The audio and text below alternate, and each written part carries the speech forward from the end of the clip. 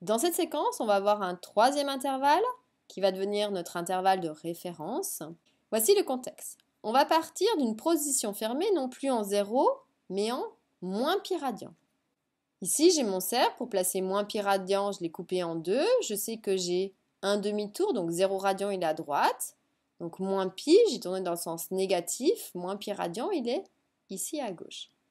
Et cette fois-ci, on va ouvrir l'éventail, mais à partir d'une position fermée en moins pi radian. Je suis ici, donc sens positif, je tourne dans le sens inverse des aiguilles d'aimant. Donc on va ouvrir l'éventail partant de moins pi dans le sens positif. Donc je vais ouvrir comme ceci. Et on va chercher à faire un tour complet.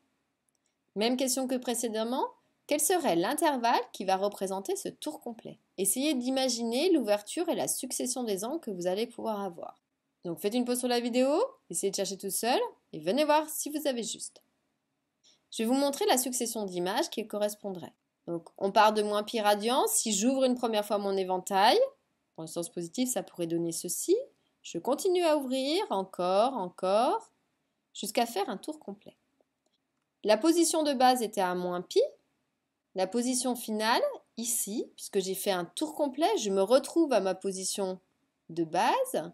Et ici, c'est la même valeur. L'angle qui est à droite, ici, c'est pi. Et non pas 2pi. Attention. Quand on compte, 0 est à droite.